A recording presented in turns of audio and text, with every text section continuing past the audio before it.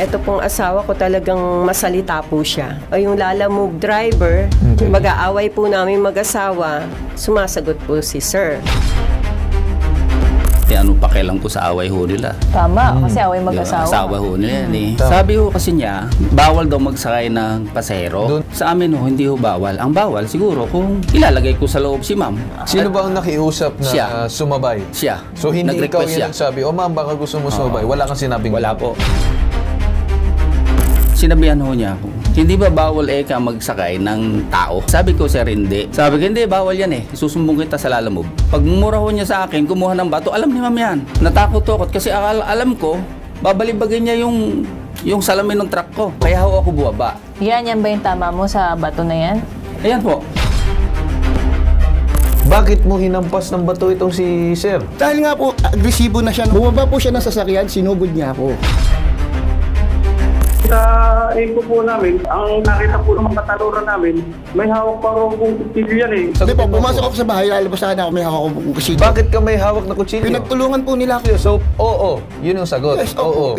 So, ikaw talaga yung pagkakamalaan na ikaw talaga ay may planong patayin to. Hindi ko po pinlano, sir, kasi kung may plano ako, nung una pa lang, hindi na ba ito hawakan ko.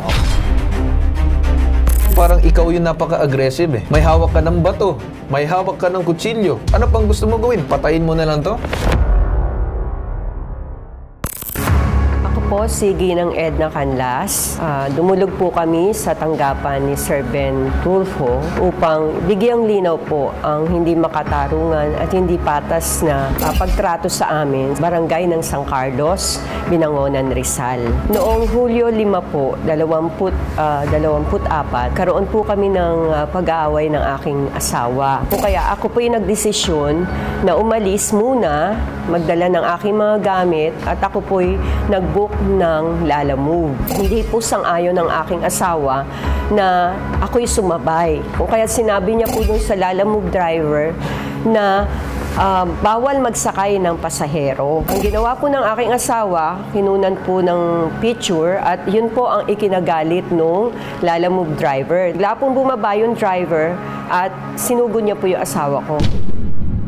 Kami po ay nadala sa barangay hall ng San Carlos. Inuna po nilang medical ang Lalamove driver. At ang asawa ko po ay dumadaing kay Deputy Tuason na masakit ang kanyang ulo ngunit binaliwala nila. Pinusasan nila ang aking asawa ng nakatalikod. Hindi nila tinanong kung kanino nag-umpisa ang gulo, kung sino ang naunang nanakit.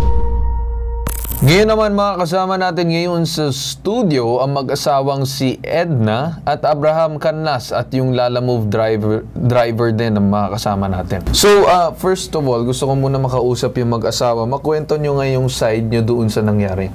Hulyo 5 po yun, sir. Kami po ay nagkaroon ng pag-aaway na normal naman po sa mag-asawa.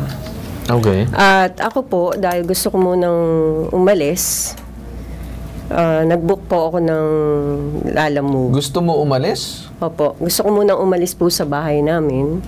So, ako po ay nag-book ng... Iniisip mo na ba na sasakay ka na din dun sa Lalamove? Nakiusap po ako actually. Nakiusap po ako sa Lalamove driver na kung pwede akong sumabay. At yun po, dahil hindi ko alam ang polisiya ng Lalamove na hindi po pala pwedeng magsakay ng living things, sumabay po ako. At meron po kaming larawan. Ayan po, nakasakay po ako sa gitna. Okay, pero bakit umabot sa punto na nag-book ka na ng Lalamove? Ganun ba kalala yung away niyo mag-asawa? Nangyayari po yun talaga sa amin. Nagpapalamig po kami. Naghiwalay muna kami ng landas. Saan ka ba dapat pupunta? Sa pinsan ko po. Pagkatapos ng pangyayari ng pagkakarga doon sa truck, ano naman yung nangyari? Yun po, nung nandun na kami sa habang ikinakarga po yung mga gamit, okay. Ito pong asawa ko talagang masalita po siya. Kilala ko po, 10 taon po kami nagsama. So, hindi ko na po sinasagot yung mga masasakit na salita niya. Pero ang hindi po maganda doon, yung siguro po, yung Lalamove driver na siya sa mga sinasabi, pero nagsasalita po siya. Siya po ang nagsasalita. Sino nagsasalita? Ito pong driver. Anong sinasabi ni driver? Sumasagot po siya dun sa mga nung husband ko. Okay. Mag-aaway po namin mag-asawa, sumasagot po si sir. Okay. Tapos ako po, dahil napapagod na ako, ayoko nang mag-awat ng mag-awat. Tahimik lang ako. Ang gusto ko lang po talaga makaalis kasi magbabayad naman ako sa Pero Lalamove. paano umentra sa picture itong Lalamove driver? Yun nga po, nung habang nagkakarga sila ng pahinante ng, ng mga gamit ko doon sa likod kasi yung naibook ko po ay truck eh. Aha. Opo, masyadong malaki. Hindi, pero may instigator dyan usually. Sino ang naging instigator? Sino nagsimula ng away? Ang kaming mag-asawa ang talagang nag-aaway. So kayong mag-asawa yung nag-aaway. Nag-book Opo. kayo ng Lalamove, kaya napunta si Lalamove doon. Opo. Tama. So matanong ko lang naman ito si Sir Lalamove, si Sir Marcelino. Ano magiging sagot nyo doon sa aligasyon nila? Ang aligasyon puro ako raw ho'y sumasagot doon sa away nila. Ano naman ang side mo? Titignan ho natin anong pakialam ko sa away ho nila. Tama, kasi away Di ba? mag-asawa. Asawa ho nila yan eh. Nagmumurahan ho sila doon sa karsada. At yung lalaki, napakasasama nung sinasabi niya. Pero hindi ako kumikibo. Wala ho akong karapatan magsalita sa away nila. Kasi yung mga sinasabi ho ni Sir, Ano kagaya ng ano? basta ho yung sinasabi niya doon kay ma'am, hindi mo makakain ng aso. Pati yung ari nila ni ma'am, sinasabi niya. Nababanggit. Sobra. At saka yung sinasabi naman, sa akin manggugulo yung away, hindi ho mangyayari sa amin yun. Kasi naghahanap buhay lang ho kami. So paano kayo sangkot doon sa sinasabing away nila mag-asawa? Sabi ho kasi niya, bawal daw magsakay ng pasahero. Doon nagsimula na Ang medyo sabi ko naman sa kinakausap kanya, mo sir, sa amin ho, hindi ho bawal. Ang bawal siguro kung ilalagay ko sa loob si ma'am. Oo, ilalagay mo sa box, tapos ilalagay Ganon. Kasi marami na ho kami experience. Lahat ho kami. So, ang sinasabi mo rito, Sir Marcelino, kusang loob umakyat si ma'am sa truck? Walang... Opo. Sino ba ang nakiusap na Siya. Sumabay? Siya. So hindi ikaw Nag-request yung siya. nagsabi, ma'am, baka gusto mo sumabay. Wala kang sinabing Wala ganun. po. Ang nasa isip mo ay magkarga lamang ng gamit. Opo. Kasi po, hindi ko naman alam nung nag-book sila sa amin na nag-aaway sila. Nung tumawag po ako sa kanya para pick upin, sabi ho ni ma'am, baka ho po pwedeng makisabay. Okay. Okay sa akin kasi nasa amin yung gamit niya eh. Para maprotektahan din, di po ba? Yung bandang huli, nakita niyo naman, ay karga na. Sinabihan ho niya ako, hindi ba bawal magsakay ng tao na paseros ng yun ang sabi niya. Sabi ko, sir, hindi. Sabi ko, hindi, bawal yan eh. Isusumbong kita sa Lalamove. Sabi niya. Sige ho, isumbong nyo. Sabi ko, yun lang ang sinabi ko sa kanya. Umakyat na ho kami. Ayan si ma'am nandun sa tabi ko, yung pahinanti ko nasa binibidyohan niya ako. Ang sabi ko sa kanya, sir, huwag ka mag-video. Okay. Kasi, mareklamo ka. Ganun ba? Tinatakot mo ba ako? Minura niya akong ganon. Pag mura ho niya sa akin, kumuha ng bato, alam ni ma'am yan. Kitang-kita niya yan. Kumuha ng bato sa gilid, natakot ako kasi alam ko, babalibagin niya yung salamin ng truck ko. Anong babalibagin? May hawak na May bato? hawak ko siyang bato eh. Hawak siyang bato? Oo, kumuha doon sa gilid. Natatakot ka na ba kay bato doon sa truck mo? Kaya ho ako bumaba. Pagbaba ko, pinalo niya na ako sa ulo. May sinabi ka ba bago Wala ka ho. paluin? Or Wala. ano bang ginawa mo nung pagpunta mo sa kanya? Sinugod Hindi mo ko ba siya siya? O sinugod. sabi mo, Siya ang "Sir, wag po, ganyan." Siya ang sumugod sa akin sa side ko. Okay. Kasi paano ko siyang susugurin? Andun ako sa Manubela. Yan ba yung tama mo sa bato na yan? Ayan po. Ako, grabe Okay. pala. Bakit mo hinampas ng bato itong si Sir? Sir, sinugod niya po ako. Bumaba po siya ng sasakyan, sinugod niya ako. Kaya po ako napilitan humawak na kasi alam ko may pahinante siya. Actually, pinagtulungan po nila ako. Hindi po ako, sir, kung nakita niyo po sa picture, nakasakay na siya, wala siyang dugo. Bumaba pa siya ng sasakyan, siya po ang sumugod sa akin. Kasi nung pinipicturean ko po yung mga nakikita niyo pong litrato, ang sabi niya po sa akin, bawal ka magpicture, bawal yung ginagawa mo. Then, Okay, para malinaw lang, no? Sino ang unang nanakit? Yun lang gusto natin Sino marinig. unang nagbato ng suntok, nagbato ng bato? Ano? Sino yung nauna? Si sir po. Siya bumaba ng sasakyan, sinugod niya po ako eh. Ano Kaya ginawa doon na po ako. sa'yo? Hindi, ibig ko sabihin, Sinuntok pagbaba niya po niyang sasakyan, anong una niyang ginawa sa'yo? Sinugod na po ako, sinuntok na po ako. Sinuntok ka Opo. niya? Opo. Okay, Sir, ano magiging sagot mo? Nako, hindi ho. Statement nga ako ni ma'am doon sa barangay eh. Kitang-kita ho niya na sinuntok ako niyan eh. Alam ho, may statement ho siya doon. May statement sa barangay. Opo. Tapos po, paano ko ho siyang susugurin? Andun ho siya sa harap namin. Nakaano ho ako sa Manubela. Tapos po, pagbaba ko, laki ho ng truck ko eh. Pagbaba ko, nandun na siya sa tabi ko. Pinalo na ho niya ako. At titinan niyo yung damage. Sino ba may damage? Di ba ho ba ako? Paano kung sinugod ko ho siya, sana may damage? Kayo ba, sir, may tama kayo? Meron naman po, may mga screenshot din po ako. Anong naging ano sa'yo? Kasi sa kanya kasi ulo. nung dumating po yung barangay, actually ma'am, nakapatong siya sa akin sa likuran, sinusuntok niya ako sa batok, tapos inuuntog niya ako sa semento. Yun po yung inabutan ng barangay. Kaya lang po natigil yung ginagawa niya pagsuntok sa akin sa batok dahil sa barangay. So, sir. talagang nagpang-abot kayo? Opo. Sir, matanong ko, anong sagot mo doon sa sinasabi niya? Sa totoo lang ho, kaya ho dumating na yung barangay dahil patapos na ho Hindi, pero totoo ba yung mga ginawa mo sa kanya? na sinuntok ko siya. Tulad doon nung sinabi, hindi ho mangyayari yun dahil nananahimik ho kami sa loob ng truck. Alam ni ma'am yun eh. Sabi niya, tinatakot mo ko ah. Sabi, dumamput po siya ng bato. Andun ho siya sa side ng right. Kumuha siya ng bato ron. Siyempre ho, alert ako kasi bakit kuha ka ng bato? Di ang nakita ko, nandiyo na siya sa harap. Bumaba na po ako. Pagbaba ako, ayun na. Ano na niya ako. Ganito, para siguro mas maging klaro, no? Okay naman yung naging statement mo doon, but then babalik tayo dito kay barangay.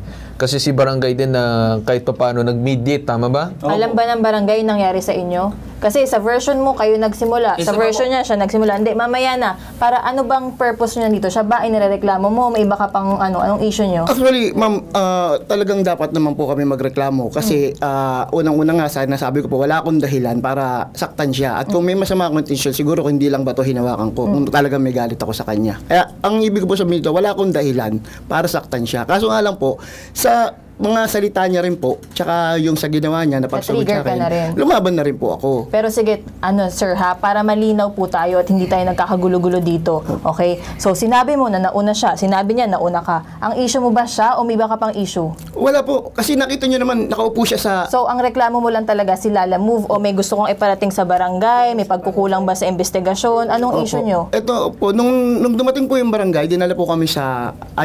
dumating yung mga tanod, dinala po kami sa barangay. Ngayon, pagdating po sa barangay, wala na po sila ron. Sino wala na?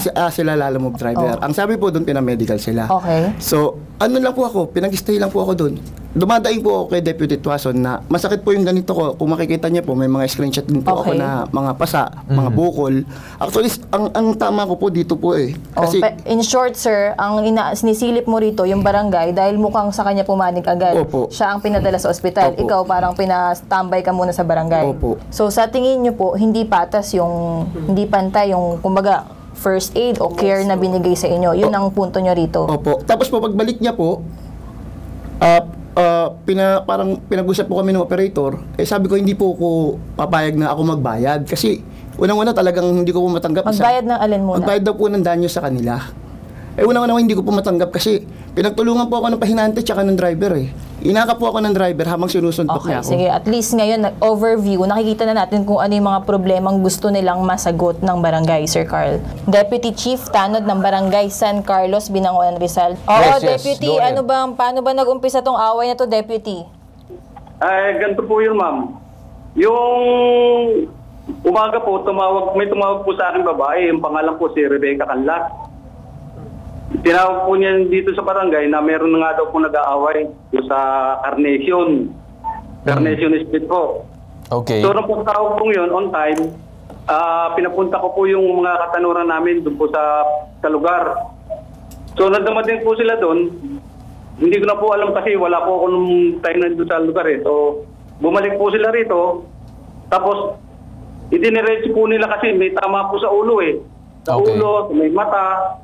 Tapos sa labi po, bali sa ulo po, 2 beses yung may sugat po eh. Putok po yung sa ulo, tumudugo. So pinadala po kagad sa ospital. Sa General Hospital po sa May Anguno. So ayan po si Canlas, yung mag-asawa, pumunta po rito. Sa may barangay, dinala po rito. Kasi inataw po niya kasi yung sa Lala Move. So dapat po ma-detain po siya rito kasi para sa ng tao. So pinaupo ko po siya dyan sa harapan ko at in-entertain ko nga po siya eh. Ganda-ganda nga po ng pagkakasabi ko sa kanya eh. Kasi nakakita ko yung tension niya. Medyo humihingal eh. So ang ginawa ko sa kanya, inalo ko siya ng tubig. Sabi ko, gusto mo yung tubig ko kasi parang Yung po, tinanong ko sa kanya. Sabi niya, huwag na. May akusasyon kasi itong si Sir Abraham laban sa'yo. Yung unang tanong ko is pinusasan mo daw siya. Ano ang dahilan nun?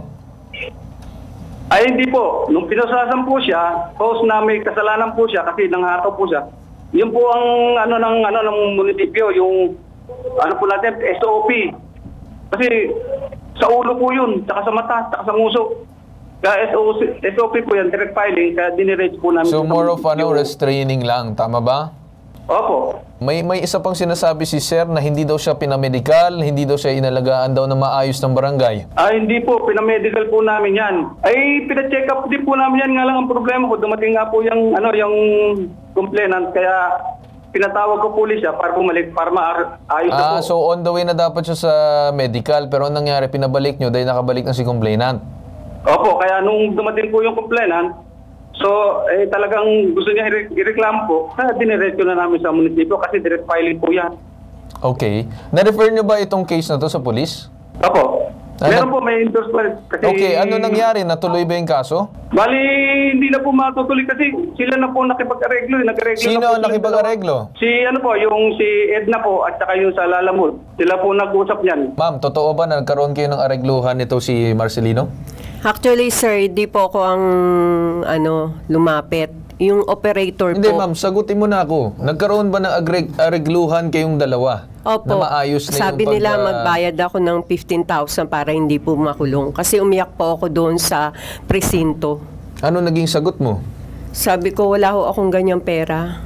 Hindi, ano naging sagot mo na inamin mo na may pagkakamali talaga? Ay, Ano wala naging po akong point mo? inamin, Bakit ka sir. nakipag-areglo? Ang gusto ko na lang, hindi po makulong ang asawa ko. Sa takot po na makita ko ang husband ko sa kulungan, nag-ano po ako na magbabayad ako pero hindi 15,000. Kasi 15,000 po ang hinihingi po nila sa akin. Ma'am, una po sa lahat, gusto ko lang pong linawin yung sinabi ni Deputy Luisito Tuason na complainant po siya. Actually, complainant din kami. Ang problema lang po sa nangyari sa amin, siya po nakapagma-medical. Ako po, kahit na dumadaing sa harapan niya, hindi ako nakapag-medical. So ano pong i-complain ko? Kaya lumalabas po, naging respondent ako, siya ang complainant. Pero kung tutusin po, may counter charge din po ako sa driver. Kasi nakita niyo naman po yung mga pasako, mga sugat ko po sa katawan, hindi ko naman po self-injury yan. Pangalawa po, nung kinausap po nila yung asawa ko, bakit siya ang pinagbabayad? Siya ang pinalalabas. Kasi wala na siyang choice eh. Talagang ang mindset po ni Sir Luisito Tuason, respondent. Kaya hindi ako nabigyan ng karapatan para mag-counter charge o magreklamo dahil hindi niya nga po ako pinamedical. So, ang niya, pinag-intay ako, nung dumating siya, pinapusasan ako, pinadiretso ako sa presinto para ipakulong. Ang sabi po niya sa akin, sir, ang tanong ko sa kanya, Sir Deputy. In the act ba kayo nakuha, yung pagkuha sa'yo? Or nagkahiwalay na kayo? Or yung barangay po mismo umawat? Nung dumating po yung barangay, nakasubsub po ako sa semento, tapos siya po nasa likod ko, nakaupo siya habang sinusuntukan yung sa batok. Yun po ang inabutan ng barangay, nung dumating ang barangay. Kaya po nagtataka ko, bakit ako ang respondent at siya pa naging complainant. Deputy, base ba sa investigasyon, pagtatanong-tanong din at pagtanong sa dalawang panig natin, ano ba to? Sino ba talagang unang nanakit? Sa info po namin, kasi po, nagdumating po talaga, tapos na po yung inaawat na po. Pero nakita po ng mga kataluran namin, may hawak pa rin pong kutsilyo yan eh. Pumasok sa loob yung... Sino may hawak na kutsilyo? Opo, nakita po... Sino yung may hawak na kutsilyo, Deputy? Sino daw? Abraham po. Saan yan nakinuha yung kutsilyo? At sino yung nagsabi nito? Sa loob ng bahay nila. Sa loob ng bahay nila kinuha yung kutsilyo? Sino yung witness na nagsabi nito? Sino nakakita? Wala po siyang dinidinay po niya na wala siyang dalang kutsilyo pero nakita po siya ng mga tanod namin may dala. Baka may reaction kayo doon sa mga sinabi ni Deputy. Actually, di ba, pumasok ako sa bahay, lalabas sana ako, may hawak akong kutsilyo. Bakit ka may hawak na kutsilyo? Pinagtulungan po nila ako. Nakita niyo naman po, nakasubsub ako. Bakit ka may hawak na kutsilyo? So, oo. Yun yung sagot. Yes, oo. So, ikaw talaga yung pagkakamalaan na ikaw talaga ay may planong patayin to. Hindi ko po pinlano, sir. Kasi kung may plano ako, nung una pa lang, nasa tapat po ng bahay namin yung lalamove nakaparada. Kung may plano ako, nung una pa lang, hindi na ba ito hawakan ko? Nag-escalate kasi, kahit sino naman siguro, hindi nagpaplano niyan. Yung nangyari kasi, nung time niyan, uminit yung ulo mo sa dala ng emotion mo, oo nga, sinuntok ka, hinampas mo naman ng bato, ngayon naman, pumasok ka ng bahay, may labas ka ng kutsilyo. Hindi naman po ako lumabas, sir.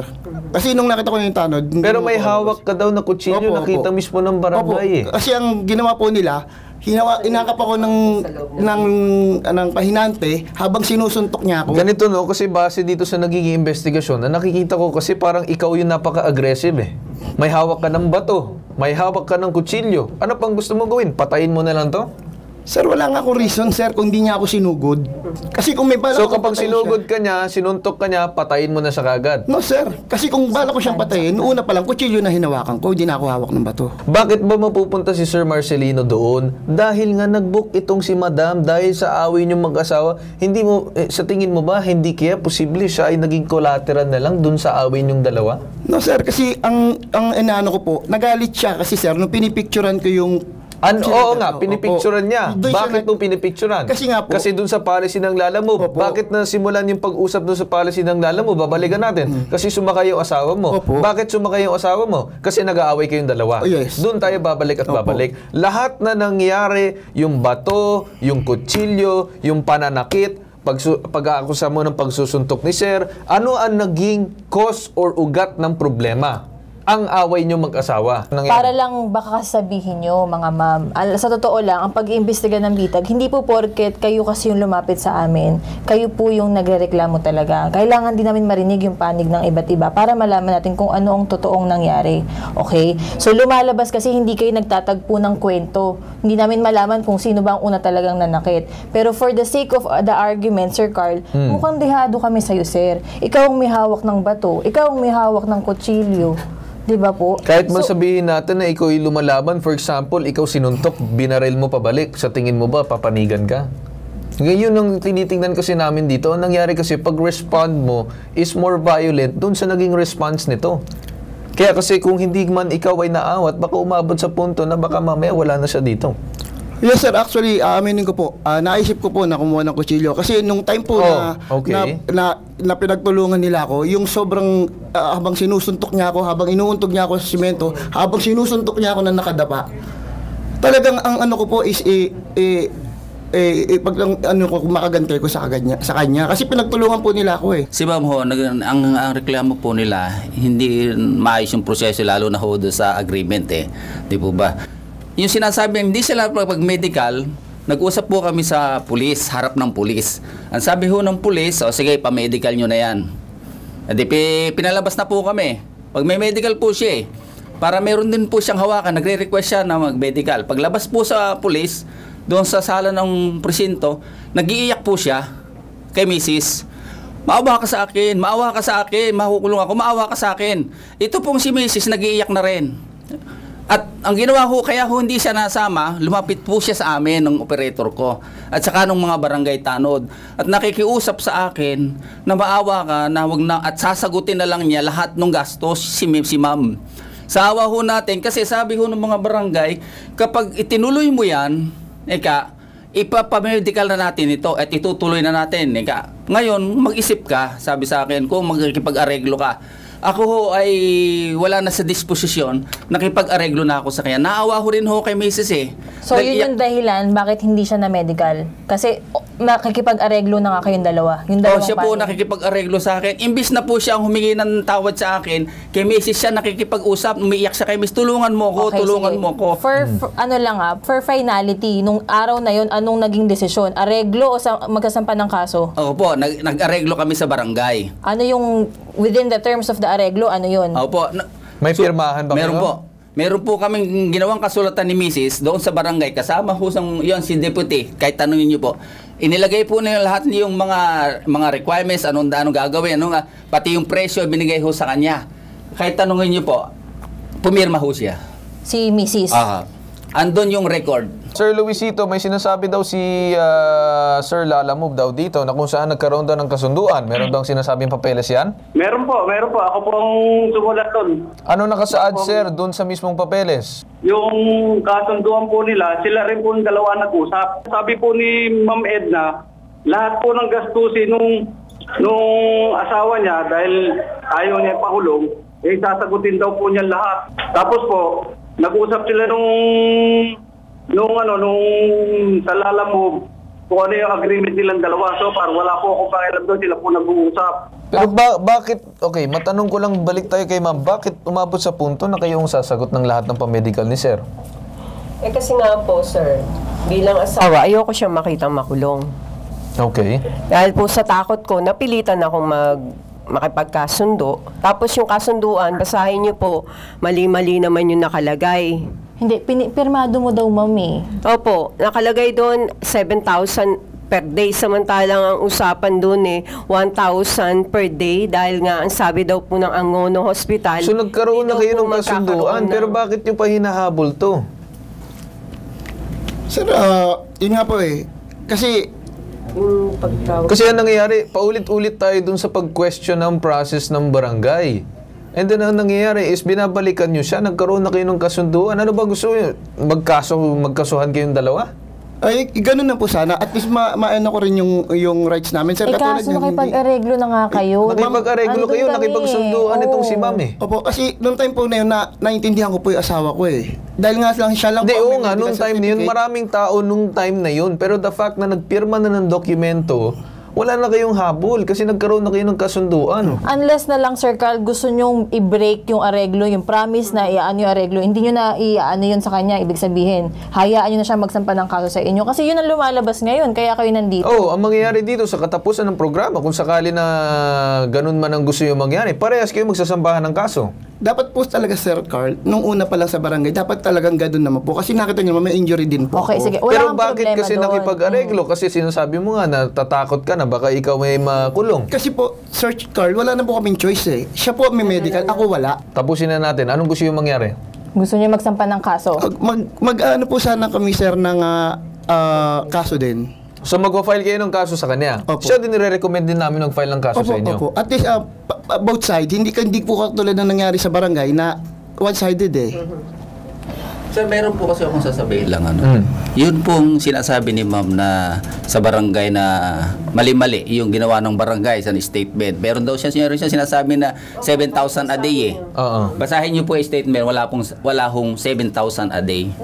Wala po. Ang napag-usapan po doon ay yun kasing trabaho ko, ang kinikita ko pinakababaho 1,000 a day. Actually, doon sa requirements po na hinihinga na lang siya ng 7 days. Kasi parang 1 week na lang hiningi sa kanya. Actually ho may 2 linggo ho akong hindi nakapaghanap buhay ang nangyari Pero lahat po nung napag-usapan doon sa barangay, hindi niya sinunod.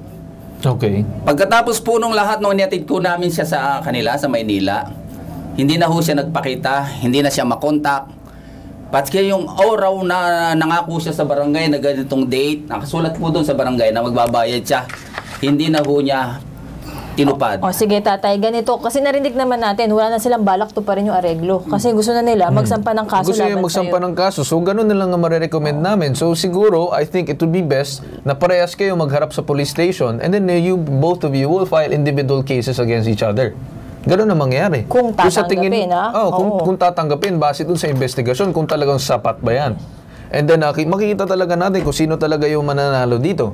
Si Corporal Junjun Riano, General Investigator ng Police Non-Commissioned Officer. Corporal Junjun, ako po si Carl Tulfo. Sir, may gusto sana kami ilapit kasi may dalawang mag-asawa dito na kung saan nirereklamo daw ang lalamove, na kung saan nagkaroon ng away. Ang sa amin lang, sir, ay gusto daw, feeling niya daw, na nawalan daw siya ng rights na mag-counter charge or whatever it is. So, pwede ba, sir, na i-refer namin sa inyong tanggapan para mapagharap? Opo sir, anything po. 24 hours naman po akong duty ngayon. Kung makapunta po sila ngayon, para po makakuha ng po ng salay at ma-repel na po yung kids. Kung ano pong... Sige sir, dalawang panig to ha, kasi yung nangyari kasi daw nung una, itong si Lala mo ba, yung pinanigan daw. And then itong asawa daw, hindi man lang daw sila binigyan ng karapatan. So sir, I would asahan ko na lang sir na magkaroon ng investigation dito sa dalawang panig. Pero yun lang naman sir yung gusto namin mabigay sa inyong tanggapan, okay? Opo sir. Sige, asahan namin yung maging agaran action ninyo. Yes sir, opo. Okay, maraming salamat po. Okay, ganitong huling advice ko na lang sa inyong dalawa. Sa parehas na panig, uulit-ulitin ko ang aming tayo dito. Hindi mapupunta si Lala Move doon sa lugar kung hindi dahil sa inyong mag-asawa. So kung gusto niyo mag-file ng case, nasa inyo yan. Kung gusto niya mag-file ng case, marerekomendahan ko siya, tuluyan. Wala nang areglo, diretso na. Kung mukha ng dehado kayo doon sa kaso niya, diretsuhin na. Kasi wala nang areglo dito. Kung nakipag-areglo, nakipagkasunduan kayo, ngayon naman gusto yung sirain yung kasunduan. So, nasa inyo yan. So, ang sasabihin ko ng advice, wag na kayo mandadamay sa susunod na ibang tao kasi ang nangyari dito, nahatak si sir dito sa awin yung mag-asawa. Ayun na masasabi ko. Pakiramdam mo na hindi ikaw nabigyan ng karapatan at rights mo dun sa barangay, okay, you have the right to question that. Pero kung sa akin man, kung meron kayong away mag-asawa, well, don't let it affect other people. Kasi mukhang may problema din, kawawa naman din itong si sir. Okay?